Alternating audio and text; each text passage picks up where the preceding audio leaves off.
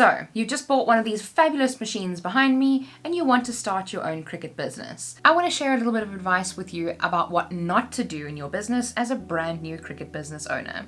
My name is Kelly and let's get clacking. I think one of the things that I see people doing the most when they are brand new to Cricut, they've never touched any of these machines before, they don't know what they're doing, they start a business straight away. I would generally caution against this. I mean, I've got no problem with people buying a machine with the intent of starting a business, but I would definitely caution you against starting a business the moment that you get your Cricut machine, purely because there is quite a learning curve when it comes to these machines. And although the majority of your projects that you start off initially will be perfectly fine for you to use around the house or to gift to friends, when you're selling something to somebody, there's a different caliber that's expected. And I would definitely recommend giving yourself a little bit of time, and I'm not talking like, an entire year or something like that, but just, maybe a couple of months or so, just to get used to your machine, get used to the problems, get used to the software, and not have all of the stress on you about, oh, I've just bought this new machine, I have no idea what's going on, somebody's ordered something from me, I don't know how to do it, this is getting stressful. Ugh. So give yourself like maybe a month or so to play around with the machine, get used to it, know what problems arise, know how to solve them, and I'm sure you'll have a far better time in your business in the beginning. And of course, going hand in hand with that is to not take orders before you've started. I very often see people, they say they've just got their machine and they haven't even taken it out of the box yet, and they've got people that have ordered t-shirts from them or whatever the case may be. And while they have bought these machines for business, so it's not necessarily they're buying it for leisure or crafting or whatever the case may be, it does still add a lot of extra stress onto the process. I would definitely caution against taking orders before you've even gotten started. And like I said in the first one, give yourself a little bit of time, give yourself a little bit of grace to get used to your machine, to get to know your machine before you start taking orders. My next point is probably far easier said than done, and that's to not get overwhelmed. Now, like I said, it's far easier said because we all know that once you've gotten all of these things, you've just bought this machine, you open up Design Space and there's so many buttons everywhere, it's so incredibly easy to get overwhelmed with your Cricut before you've even gotten started. I definitely recommend taking a browse on my channel, subscribe to my channel and make sure that you watch my Cricut Design Space tutorials. I've got lots of videos up on different Cricut crafts that you can make, and they should help you by going step by step for different crafts that you can do. There is an answer for pretty much everything out there on YouTube, at least. There are so many amazing channels that you can watch. We have people like Jennifer Maker, Kayla's Cricut Creations, Mr. Crafty Pants. There are so many channels out there that'll help you and that will have the answer if you can't find it on my channel, as I don't have as many videos as they do yet, so I'll still get there. But definitely don't get overwhelmed. There is somebody out there that can help you. There are Facebook groups that'll support you if you have problems. If you are getting a little bit stressed, shut everything down, take a little bit of a walk, go have a cup of tea, have a cup of coffee, whatever the case may be, to de-stress for a few minutes. Come back and try again the next time. The next piece of advice that I have is to not take orders for something that you've never done before. Now, you may think that this relates very much to the first two, even in cases when you are on your feet and you do know what you're doing with your Cricut machine. Let's say you get orders from a client for a welcome mat and you've never done a welcome mat before and you don't know how to do it. There are of course clients that enjoy when you get pushed to the limit, and certain types of clients you might be able to get away with, a first draft kind of product. But the majority of clients, if you don't know them, if you don't have that kind of relationship with them, if you do send out a product that's significantly below par, they definitely won't be happy with it. They'll give you a bad review, it'll give you anxiety, and it's not worth it for the business. So definitely make sure that you try things out before you sell them to clients. If you have clients inquiring about those types of things, tell them that you'll do some research and that you'll get back to them.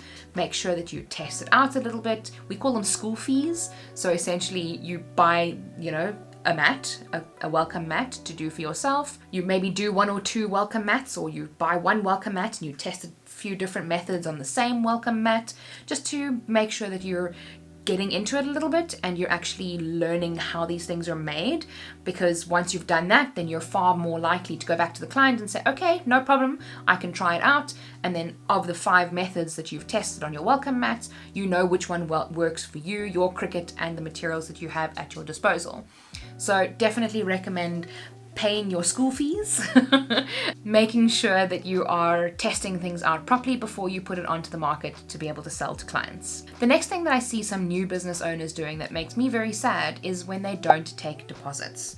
So not taking a deposit from a client and, proceeding with the work. The majority of the time, the work that we're doing is very customized. It's either got somebody's name on it, or it's not something that you would be able to easily sell to the general public. So by not taking a deposit and making something, especially when it has somebody's name on it, and then, you've made it, you now tell them that they're ready, and they turn around and they say to you, oh, I don't want it anymore. You've now, spent 100 Rand or a couple of dollars on the welcome mat, and you've now used your removable vinyl, you've now used your spray paint, you've sealed it, and now the client doesn't want it. So that means that you've now shelled out all of this money, and they now have said to you that they don't want this item anymore, which means that you end up not only losing the product, but you end up losing actual money on the sale because you've shelled out money and now you can't get that back. If it's a little bit more of a generic product, you might be able to sell it on, Facebook Marketplace or whatever the case may be to recoup some of those costs. But if it's got somebody's name on it, that'll be far harder to sell. So make sure that you at least take a 50% deposit.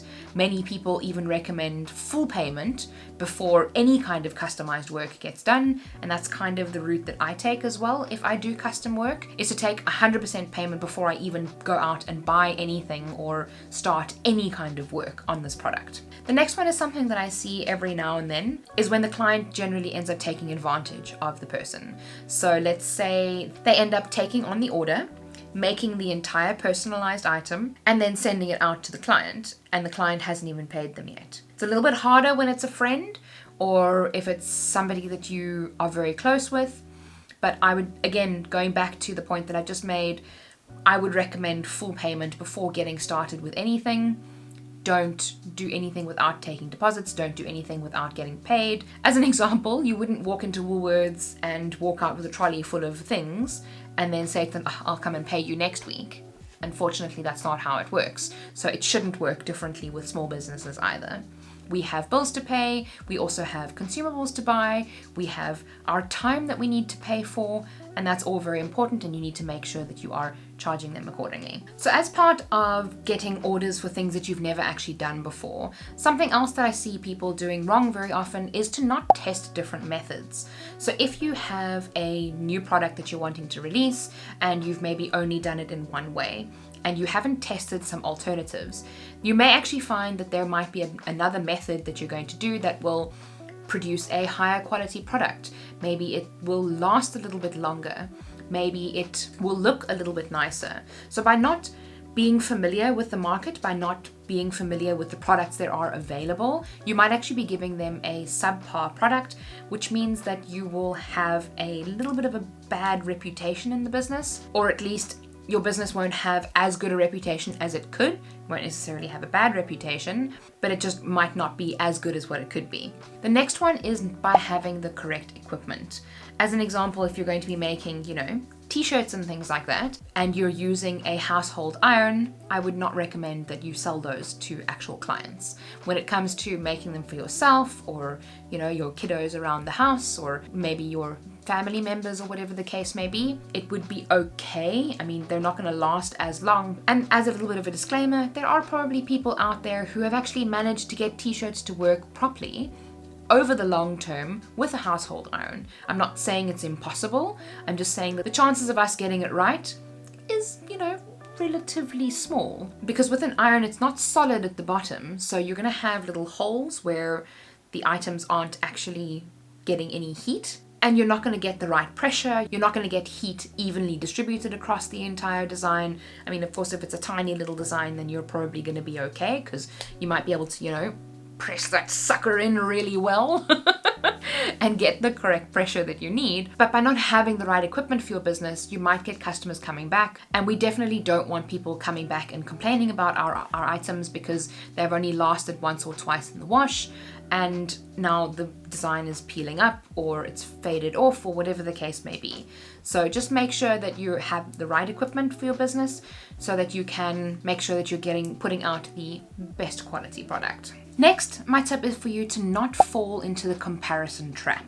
There are going to be lots of people out there that are going to make either exactly the same product as you or a product very similar, and you're going to look at their product and say, ooh, but theirs looks that much better than blah, blah, blah, blah, blah. Don't. Because you don't know how long they've been at their craft. You don't know how many times they've stuffed up.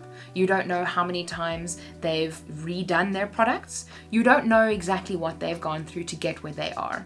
You could be judging somebody that is, all the way up here, and you're starting right down at the bottom, and you're comparing yourself to them. The saying is, comparison is the thief of joy. And I think this is very true, especially when you're putting your heart and soul into making something. And this obviously also rings true for prices. If you're working out your prices, you're setting yourself an hourly rate, you're buying your products from a reasonably priced place, and yet they're charging a quarter of the price of what you are, I would definitely maybe go back and double check your calculations, but maybe they're selling theirs at cost because they want to get rid of their products, or maybe they haven't factored in their time. Maybe they ended up getting a whole bunch of their vinyl for free, or whatever the case may be. You don't know their circumstances that led them to that number. And again, comparison is the thief of joy. If you are looking at their products and thinking, how could they be charging 25 cents for something that costs me $1, or whatever the case may be, then you're taking time and joy away from whatever it is that you're making. Focus on your product. Focus on making sure that you are putting out the absolute best product that you possibly can, and you will get people coming back to you. Very often when people are charging a quarter of the price, we have a saying in Afrikaans that says, goedkoop is duur koop, which means to buy things cheap is to buy things expensively. There's another saying that says, buy them nice or buy them twice. And that's very much the same kind of saying. So if you're buying things that are super, super cheap, then you're going to end up paying far more money than what you would have in the first place, because you would have bought the cheap item, and then you're going to have to pay more money again to buy the proper item. So you focus on you do you, and you let them just fizzle themselves out in the end, because if they're charging 25 cents for something that they should be charging $1, they're probably only paying themselves a couple of cents an hour. They'll eventually realize what they're doing wrong, and they'll change their prices. So you focus on you do you, boo, and just make sure that you're giving out the best product that you can, please. The next problem that I see a lot of people making is that they're not working out their pricing and their costing correctly. So they end up quoting the client. Let's say they quoted the client 100 Rand, and afterwards they realize that the t-shirt itself is 70 Rand. And the vinyl it's going to cost them is going to be 40 Rands worth of vinyl. So they've now quoted 100 Rand, but their materials alone are going to be 110 Rand. So they're actually going to be making a significant loss on this sale, because not only are they out of pocket of the materials, but they're going to be working for free as well. So they're not going to be charging for any of their time, any of their design work, any of the back and forth between the client. Maybe they haven't factored in shipping, packaging, all of those kinds of things. We need to make sure that we're accounting for each and every single one of those items that we're charging. And because of this, I've made a video on cost calculators that you can check that one out if you need to figure out what cost is. Don't forget to subscribe to my channel for more videos in the future, and I'll see you in my next video. And remember, be kind to someone today. See you soon.